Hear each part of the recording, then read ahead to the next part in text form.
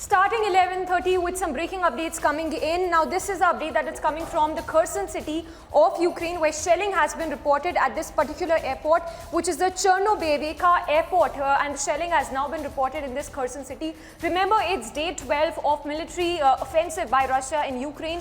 Of course, ceasefire operations has been announced by Russia on request of Macron, which will start from 12:30 p.m. Indian Standard Time.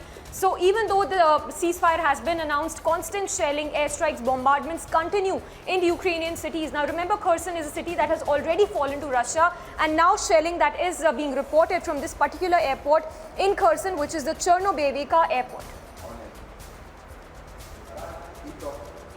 So yes, this is the latest that you're learning from Ukraine, where shelling has been reported at this airport, the Chernobayevka airport in Kherson region. These are the latest visuals, in fact, that we've accessed that show the aftermath of the shelling that has been reported in this particular airport in Kherson, which has the city which has already fallen to Russia.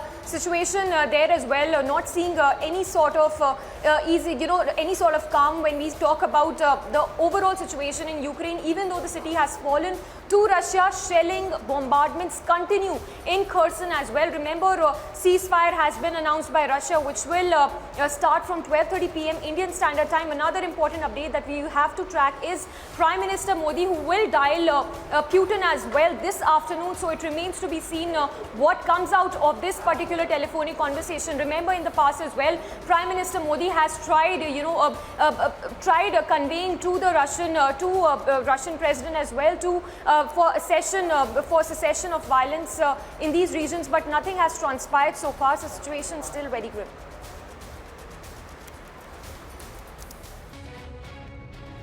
Here you have Andre, who is joining us.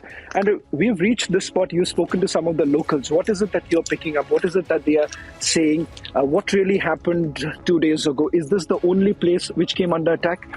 Let's walk in. It's not the only place, but it's one of the places that was damaged the most in this city.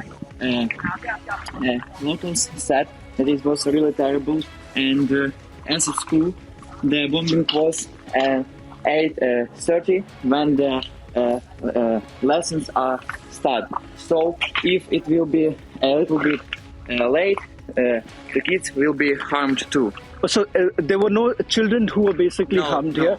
This was just before the school actually began. So the casualties that have been reported is mainly from the hospital, which is not very far from this very place where the attack took place, right? And residential area. So how many residential areas have come under attack in Izotome? It's like one street where 10 houses were bombed, and a few people were killed, and a few people were wounded.